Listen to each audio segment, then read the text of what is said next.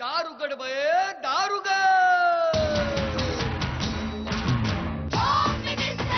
कोणाला बघ, शाळेला उशीर होतो. आज कामवाली बाई पण नाही आली. पदरावरती सरकारीचा मोर नाचरा हवा, संसारातून वेळ काढून खेळ खेळूया नवा. मांजकर पैठणी घेऊन आला. बहिणी उघडताना जा. रोज वस्तूचं देणार.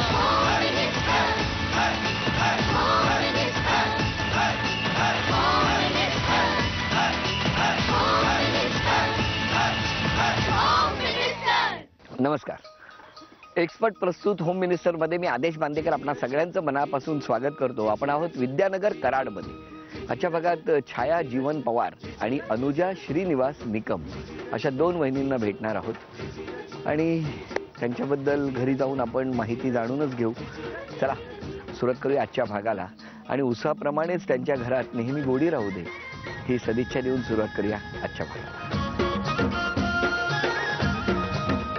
मग बहीण क्लासला होती त्यावेळी मग त्यांचं सरांचं येणं जाणं असायचं ना विद्यार्थिनीकडे. त्यामुळे त्यांनी बहिणीचं लग्न झालेलं ऑलरेडी, त्यामुळे त्यांनी मेवणीवर लाईन मारली म्हटलं तरी चालेल. तेव्हा ह्यात कोपऱ्यात बसलेल्या असायच्या. बरं. आणि कोपऱ्यात आमचं लक्ष द्यायचं तिरकं. तेव्हा आपण ते स्वीकारायचंय. 18 वर्ष यांनी स्वीकारलं. नाही ना, तुम्ही बायकोची बाजू घेतली पाहिजे असं माझं मत आहे. म्हणजे ती खरं असू दे खोटी असू दे काही आहे. तुमचं संपलं की सांगा.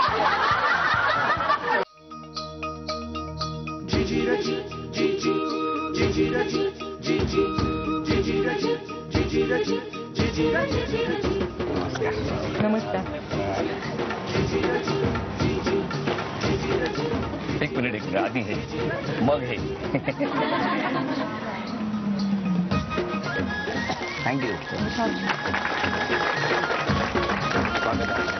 उखाणा घ्या. यशवंतरावांच्या कृष्णाकाठी चीफ मिनिस्टरचे गाव होम मिनिस्टर टीमचे स्वागत करते या बांदेकर राव. अरे वा, जोरदार आहे उखाणा. द्या ओळख करून सगळ्यांची. हे माझे मिस्टर. नमस्कार. हा माझा मुलगा. नमस्कार. हे माझे वडील. नमस्कार बाबा. त्या माझ्या वहिनी. नमस्कार. त्या माझ्या सासूबाई. ही माझी आई. नमस्कार. त्या माझ्या नंदबाई. ह्या सगळ्या माझ्या स्टुडंट आहेत. ह्या सगळ्या मैत्रिणी आहेत. माझी भाची. ते सगळे स्टुडंट आहेत माझे. केवढी गर्दी आहे. सुरुवात करणार आहोत गप्पांना. नमस्कार. बालपण कुठलं? कराडमध्येच. इथेच? हो. माहेर? माहेर कराडमध्येच. सगळं हो कराडमध्ये? गावात. मग तुम्ही ठरवलं होतं कराडमध्येच राहायचं असं? हो, आई वडिलांची इच्छा होती की कराडमध्येच, पण लकीली लव्ह मॅरेज आहे आमचं, त्यामुळे कराडमधलाच नवरा मिळाला. लकीली लव्ह मॅरेज आहे आमचं, कराडमधला नवरा. आणि मला पण आई वडिलांना सोडून लांब जायचं नव्हतं. बरं केलं तुम्ही. पण मला सांगा, हे लकीली लव्ह मॅरेज कसं झालं? ते बहिणीमुळे झालं. बहीण क्लासला होती यांच्याकडे. एमपीएससी युपीएससीचे क्लासेस घेतात हे. मग बहीण क्लासला होती त्यावेळी मग त्यांचं सरांचं येणं जाणं असायचं ना विद्यार्थिनीकडे. त्यामुळे त्यांनी बहिणीचं लग्न झालेलं ऑलरेडी, त्यामुळे त्यांनी मेवणीवर लाईन मारली म्हटलं तरी चालेल. मला आता कळलं की यांच्याकडे शिकणाऱ्या प्रत्येकाचा नेम अचूक का लागतो. बोलवा जरा मिस्टरांना. अहो या की. नमस्कार. नमस्कार. बसा सर. थँक्यू.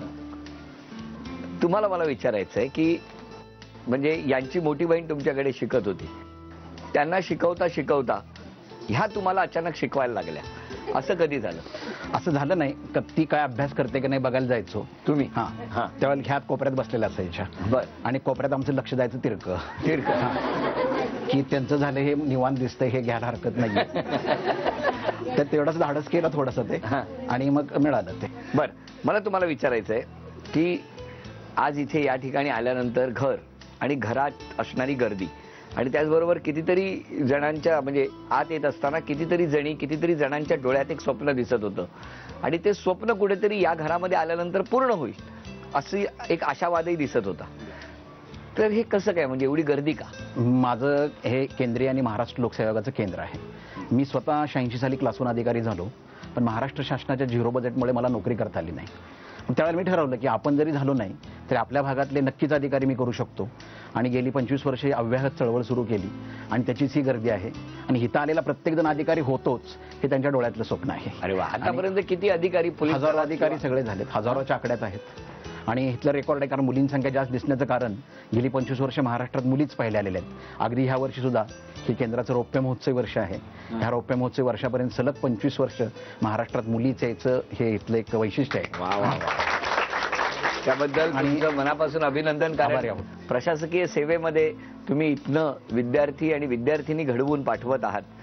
खरं तर त्यांच्याकडे जबाबदारी खूप आहे त्यांच्यावर, बरोबर. पण त्याचं मूळ केंद्र इथे हेच आहे. गवसलं. आम्हालाही खूप छान वाटलं. पाठीमागे दत्त महाराज आशीर्वादच देत आहेत तुम्हाला, दिगंबरा दिगंबरा श्रीपाद वल्लभ दिगंबरा म्हणत.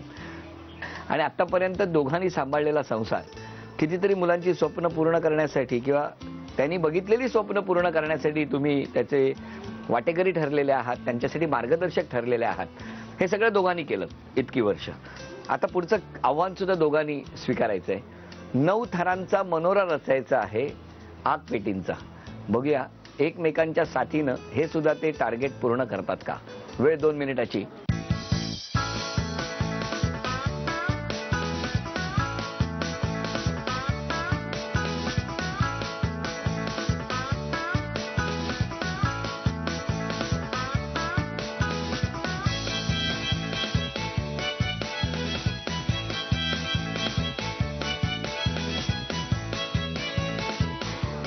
हात सोडू द्या ना, मग म्हणतो वेळ पडली. भेटूया निकम वहिनींना. हे माझे मिस्टर श्रीनिवास निकम. हो का, नमस्कार. मग तुम्ही 3दा ओळख करून दिली त्यांनी. आमचं लग्न ठरायच्या आधी हे माझ्यासाठी स्थळ बघायला जायचे, म्हणजे मुलं सुद्धा बघायला जायचे आणि मुलं त्यांनी रिजेक्ट सुद्धा केली स्थळ माझ्यासाठी. बघितलं सुनेचा दरारा केवढा आहे मुलांचा. खाण्यासाठी जगते असं आहे माझं जरा. तुम्ही खाण्यासाठी जगताय आणि बाकीचे काय जगण्यासाठी खाता. काय मैत्रिणींच्या पोटात.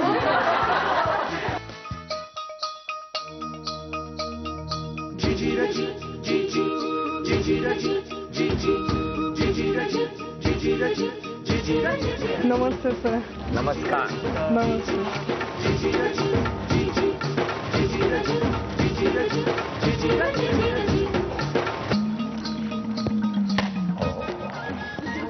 Welcome sir. नमस्कार.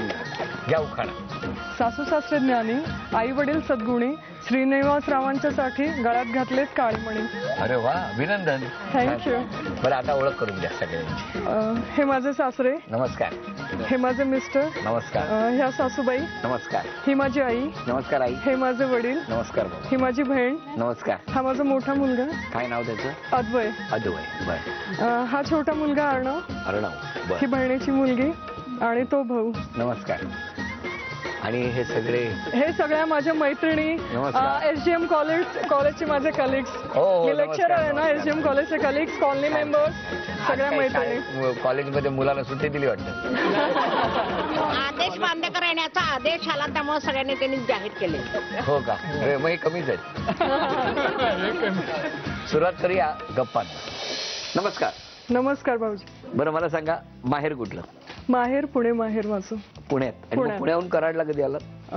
2001 साली दिलं, म्हणजे लग्न झाल्यानंतर मी इकडे आले. मग बघण्याचा वगैरे कार्यक्रम झाला. बघण्याचं नाही, ऍक्च्युली खूप मजेदार किस्सा आहे. म्हणजे अरेंज कम लव्ह मॅरेज असं ते आहे. काय सांगता. हो. मग त्याच्यात ते पाहिजेतच. बोलवा त्यांना. अहो. नमस्कार. नमस्कार. नमस्कार. नमस्कार. बसा बसा बसा. बरं, मला सांगा तुमचं बालपण सगळं कुठलं. माझंही बालपण बऱ्यापैकी कराड, सातारा, श्रीरामपूर, कोपरगाव असं झालं. वडील रयत शिक्षण संस्थेमध्ये सर्व्हिसला असल्यामुळं बदलीमुळं सगळ्या सतत ठिकाणी इकडे तिकडे जावं लागायचं. बदलीमुळे शिक्षण सगळीकडे. बरं, आता ते किस्सा सांगणार आहेत काहीतरी लग्नाचा. हो, लग्नाचा. म्हणजे आमचं लग्न ठरायच्या आधी हे माझ्यासाठी स्थळ बघायला जायचे, म्हणजे मुलं सुद्धा बघायला जायचे आणि मुलं त्यांनी रिजेक्ट सुद्धा केली स्थळ माझ्यासाठी. ते मुद्दाम तुम्ही तुमच्यासाठी. आता कळलं शेवटी कळलं. पण ही जबाबदारी तुमच्याकडे कशी काय. हा, तेच सांगत होतो. हिची मोठी बहीण इथं कराडमध्येच दिलेली आहे, सैदापूरमध्येच, जाधव म्हणून. तर म्हणजे आता नंतर जे माझे साडू झाले ते आणि मी तसे मित्र, मग आम्ही दोघ जण ह्यांचे पुण्यावरून फोन आला की हे स्थळ आहे, की ते मला घेऊन जायचे. चल आपल्याला हे स्थळ बघून यायचं आहे हिच्यासाठी. तर ती बरीचशी स्थळं अशी होती की मीच म्हटलं की अहो म्हटलं हे स्थळ तर काय बरोबर वाटत नाही, घरात माहिती व्यवस्थित देत नाहीत आणि कसं काय. आणि विशेष म्हणजे हिची सख्खी बहीण माझ्याबरोबर माझ्यासाठी मुली बघायला बऱ्याच वेळेला आलेले आहेत. अरे वा. बरं मला सांगा तुम्ही काय करता. पवन चक्क्यांची उभारणी करून देणं मेकॅनिकल आणि त्याचा मेंटेनन्स बघणं हे तुम्ही करता. हो. आपण काय करता. मी ज्युनियर कॉलेजला लेक्चरर आहे. माझं सब्जेक्ट आहे इंग्लिश, शिकवते. हो चांगलं आहे ना मग. आता 9 थरांची पवनचक्की तयार करायची. मी फक्त मनोरा रचा, त्याला ब्लेड शोधत बसू नका. बरोबर. वेळ 2 मिनिटाची. 1 2 3 वेळ सुरू झाली.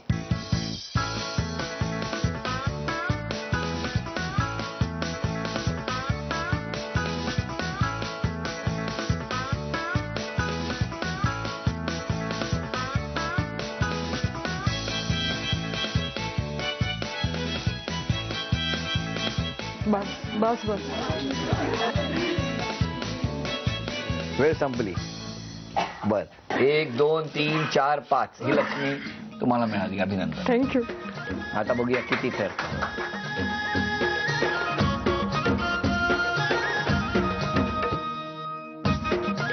यांचा हा प्रयत्न सुरू राहू दे. नमस्कार. तुम्ही आरोप सगळे खोडून काढायचे. Yes sir. हा. कोण पहिला आरोप करणार आहे. ओंकार. ओंकार बोला. एखादी चूक घडली माझ्याकडून तर ती असं लेक्चर सुरू करते, पण ते मुळापासून इतकं सुरू करते की त्याचा अक्षरशः वृक्ष होतो. आणि अशी बरेच वृक्ष तयार झाले. तुला कुठल्या वृक्षाच्या खाली. मला मी असं जंगलात हरवून गेलोय. ते लेक्चर तुझ्यासाठीच फायद्याचं आहे. काही गोष्टींचा स्वभावच असतो, ते जेवढं फैलत जाईल तेवढं फैलतच जाणार आहे ते. त्याला काही पर्याय नाहीये. असं काही स्वभावाचे गुण असतात, त्यामुळे आपण ते स्वीकारायचं आहे. 18 वर्ष यांनी स्वीकारलं. काय बाबा मस्त मनमुराद हसले. हो की नाही. बाबा तुम्हाला काय बोलायचंय. हा आई तुम्ही. स्वभाव तिचा आहे चांगला पहिल्यापासून. हा या सासूबाई समजून घेत नाही, समजून घ्यायला पाहिजे. समजून घ्यायला पाहिजे. हा समजून. कोणाला. मुलाला. सगळ्यांना नवऱ्याला म्हणा, मुलाला म्हणा आपल्या. हा स्वभाव चांगला आहे तिचा, मन मिळाव आहे. समजून घेतलं पाहिजे तर मग सगळे एका ठिकाणी येतील आणि मोठा प्रभाव होऊ शकतो त्याचा. बरोबर. तर असं आहे. मग समजून. मग तुमचं म्हणणं आहे की या समजून घेत नाहीत. नाही घेत नाहीत म्हणत नाही मी, घेतलं पाहिजे असं म्हटलं पाहिजे. ह्याचा अर्थ तुमचाही बरोबर आहे. माझी वकिली करायला उभे राहिलाय ना. काय झालं? वकिली करायला उभे राहिले तिथे. यांच्यासारखा वकील असेल तर काळ्या पाण्याची शिक्षा होईल तुम्हाला. काय आता दिसतंच ते. जे बघताय ना तुम्ही. माझी बाजूच घेत नाहीयेत कारण ते. कुठेच नाही घेतली बाजू. घेतली नाही. ते आलं की आता लक्षात येतं ना. वस्तुस्थितीचा विपर्यास होऊ नये. नाही ना, तुम्ही बायकोची बाजू घेतली पाहिजे असं माझं मत आहे. म्हणजे ती खरं असू दे खोटी असू दे काही असू दे. तुमचं संपलं की सांगा.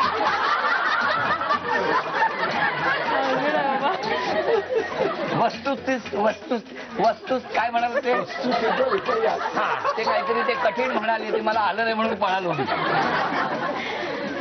झालं. पण आज त्यांनी तुमची बाजू घेतली नाही घेतली असं वाटतंय मला. मग याच्यावरती काय त्यांना शिक्षा. नाही शिक्षा त्यांना काय नाही, मी प्रत्येकाला उत्तर देते की आता. सगळ्यांची उत्तर आहे. इथं कार्यक्रम संपलेला आहे. जा आपल्या घरी. सांगा. आता पहिला आरोप कुणी केला होता ते माझ्या मुलानं माझ्यावर आरोप केलेला, तर त्यानं चांगला माणूस घडावं. एक मिनिट ऐका. काय झालं. तुम्ही बोलायला लागल्यावर त्याचा चेहरा जो झालेला आहे ना, अभी मेरा क्या होगा.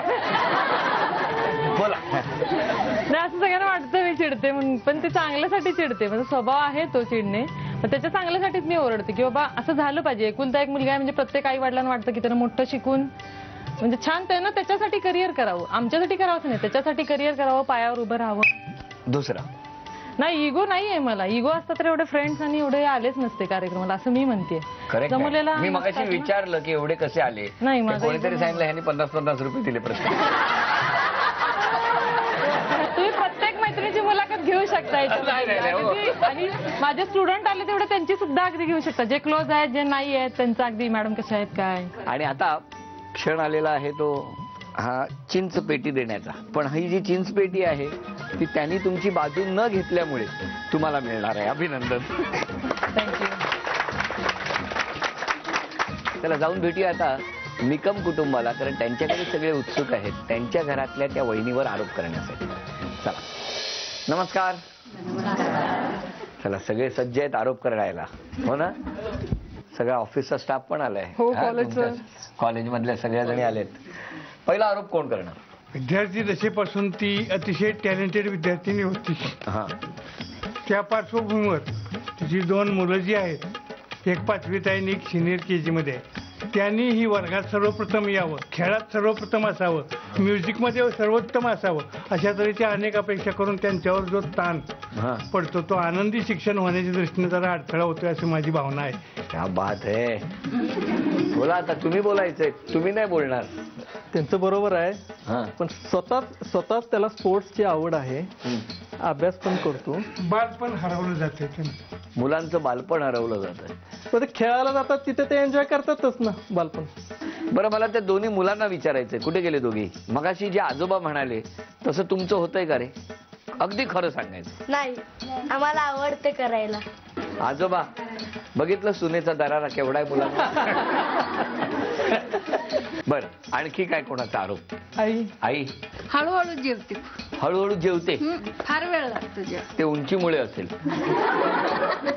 उलट हळूहळू ती जेवते, त्याच्यामुळे तर हाईट, बॉडी मला तर व्यवस्थित वाटते.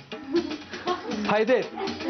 बरं, आता या सगळ्या आरोपांवर तुमचं काय म्हणणं आहे? सासऱ्यांचं तर मी म्हणजे मुलालाच आवड आहे बेसिकली, की त्याला खेळायला पण आवडतं आणि म्युझिकचं सुद्धा. तो व्हायोलिन चांगला वाजवतो आणि त्याच्याबरोबर कॅसिओ सुद्धा. त्याची आवड लक्षात घेऊनच मी त्याला तिकडे हे केलं, पुश केलेलं आहे.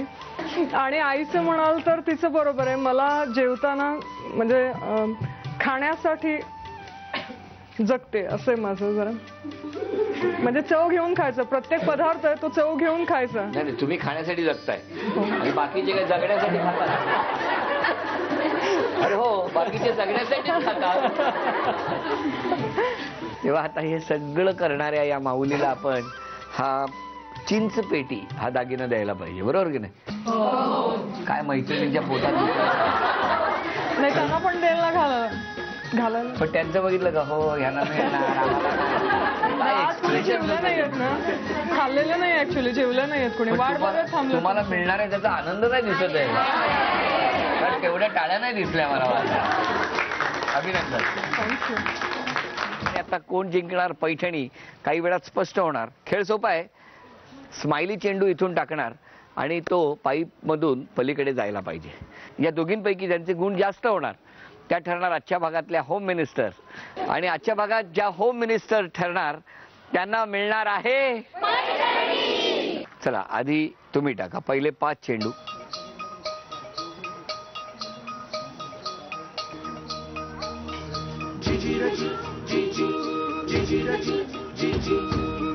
एक. आता 5 तुम्ही टाका.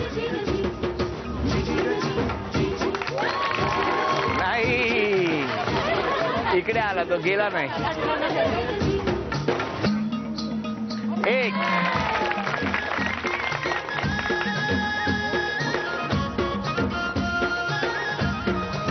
आता तुम्ही या बाजूला या, तुम्ही या बाजूला.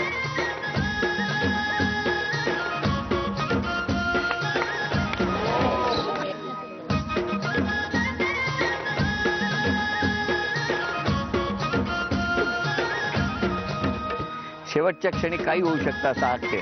आता तुम्ही एक टाका, मग तुम्ही एक टाका.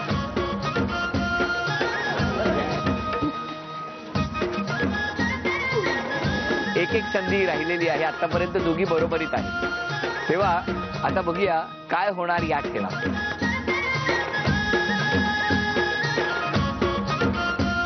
एक.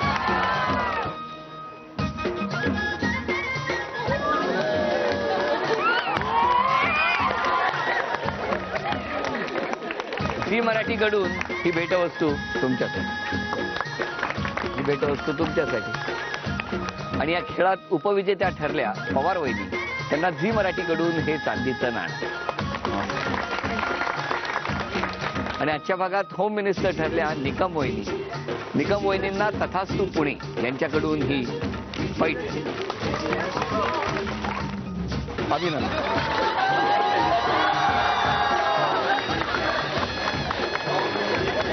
कर्मवीर कॉलनी विद्यानगरी कराड या ठिकाणी रंगलेला हा भाग इथेच संपतो आहे.